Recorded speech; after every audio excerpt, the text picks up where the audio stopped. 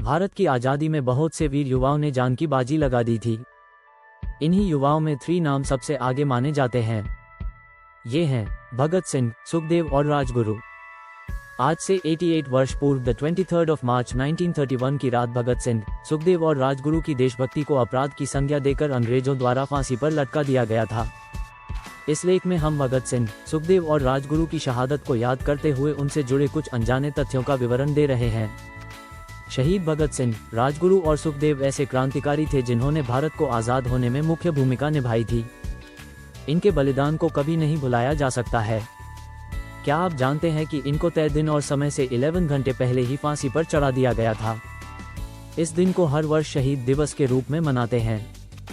इस लेख में हम भगत सिंह, सुखदेव और राजगुरु की शहादत को याद करते हुए उनसे जुड़े कुछ अनजाने तथ्यों का विवरण दे रहे हैं। भगत सिंह 1.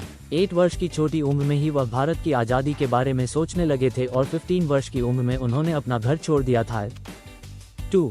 भगत सिंह के माता पिता ने जब उनकी शादी करवानी चाही तो वह कानपुर चले गए थे। उन्होंने अपने माता पिता से कहा कि अगर गुलाम भारत में मेरी शादी होगी तो मेरी दुल्हन मौत होगी। इसके बाद वह हिंदुस्तान सोशलिस्ट रिपब्लिकन एसोसिएशन में शामिल हो गए थे। 3. भगत सिंह ने अंग्रेजों से कहा था कि फांसी के बदले मुझे गोली मार देनी चाहिए, लेकिन अंग्रेजों ने इसे नहीं माना। इसका उल्लेख उन्होंने अपने अंतिम पत्र में किया है। इस पत्र में भगत सिंह ने लिखा था, चूंकि मुझे युद्ध के दौरान गिरफ्तार किया गया है, इसलिए मेरे लिए फांसी की सजा नहीं हो सकती है। मुझे एक तोप के मुंह में डालकर उड़ा दिया जाए। 4. भगत सिंह ने जेल में 116 दिनों तक उपवास किया था। आश्चर्य की बात यह है कि इस दौरान वे अपने सभी काम नियमित रूप से करते थे, जैसे गायन, किताबें पढ़ना, लेखन, प्रतिदिन कोर्ट आना इत्यादि। 5. ऐसा कहा जाता है कि भगत सिंह मुस्कुराते हुए फांसी के फंदे पर झूल गए थे। वास्तव में निडरता के साथ किया गया उनका यह अंतिम कार्य ब्रिटिश साम्राज्यवाद को नीचा दिखाना था। 6. ऐसा कहा जाता है कि कोई भी मजिस्ट्रेट भगत सिंह की फांसी की निगरानी करने के लिए तैयार नहीं था। मूल मृत्यु वारंट की समय सीमा समाप्त होने के बाद एक मानद न्यायाधीश ने फांसी के आदेश पर दस्तखत किया और उसका निरीक्षण किया। 7. जब उसकी मां जेल में उनसे मिलने आई थी तो भगत सिंह जोरों से हंस पड़े थे। यह देखकर जेल के अधिकारी भौचक्के के रह गए कि ये कैसा व्यक्ति है जो मौत के इतने करीब होने के बावजूद खुले दिल से हंस रहा है। सुखदेव 1.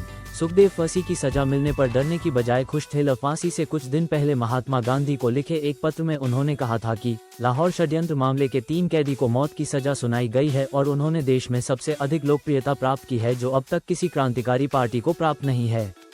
वास्तव में देश को उनके वक्तव्यों से बदलाव के रूप में उतना लाभ नहीं मिलेगा जितना लाभ उन्हें फांसी देने से प्राप्त होगा। 2.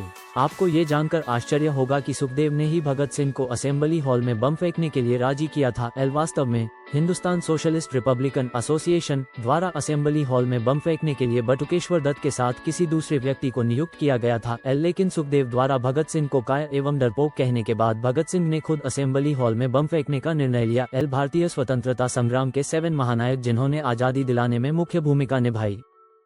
3. सुखदेव अपने बचपन के दिनों से ही काफी अनुशासनात्मक और कठोर थे। स्कूल के दिनों में भी जब एक ब्रिटिश सैन्य अधिकारी को सलामी न करने के कारण उन्हें छड़ी से पीटा गया तो उन्होंने उफ तक नहीं की। उन्होंने सैन्य अधिकारी द्वारा दी गई सजा को धीरज के साथ सहन किया और अपने हाथ पर मारखाना खुदवाया था, जिसका मतलब है कि वह दूसरों द्वारा पीटे जाने के लिए ही पैदा हुए हैं। इसके अलावा एक बार सुखदेव ने अपने बाएं हाथ पर छपे ओम के टैटू को निकलने के लिए उस नाइट्रिक अम्ल डाल दिया था और उस घाव को मोमबत्ती की लौ के सामने रख दिया था। यह उनके सहनशक्ति का द्योतक है। राजगुरु 1. राजगुरु का पूरा नाम शिवराम हरि राजगुरु था और उनका जन्म पुणे के निकट खेड़ में हुआ था। 2. शिवराम हरि राजगुरु बहुत ही कम उम्र में वाराणसी आ गए थे, जहां उन्होंने संस्कृत और हिंदू धार्मिक शास्त्रों का अध्ययन किया था। वाराणसी में ही वह भारतीय क्रांतिकारियों के साथ संपर्क में आए। स्वभाव से उत्साही राजगुरु स्वतंत्रता संग्राम में योगदान देने के लिए इस आंदोलन में शामिल हुए और Hindustan socialist Republican army (HSRA) के सक्रिय सदस्य बन गए। 3. राजगुरु महात्मा गांधी द्वारा चलाए गए अहिंसक सिविल अवज्ञा आंदोलन में विश्वास नहीं करते थे। उनका मानना था कि उत्पीड़न के खिलाफ क्रूरता ब्रिटिश शासन के खिलाफ अधिक प्रभावी था, इसलिए वह हिंदुस्तान सोशलिस्ट रिपब्लिकन आर्मी में शामिल हुए थे, जिनका लक्ष्य भारत को किसी भी आवश्यक माध्यम से ब्रिटिश शासन से मुक्त करना था। उन्होंने भारत की जनता को अंग्रेजों के क्रूर अत्याचारों से मुक्ति दिलाने के लिए इच्छुक नवयुवकों को इस क्रांतिकारी संगठन के साथ हाथ मिलाने का आग्रह किया। 4. राजगुरु शिवाजी और उनकी गुरिल्ला युद्ध पद्धति से काफी प्रभावित थे। 5.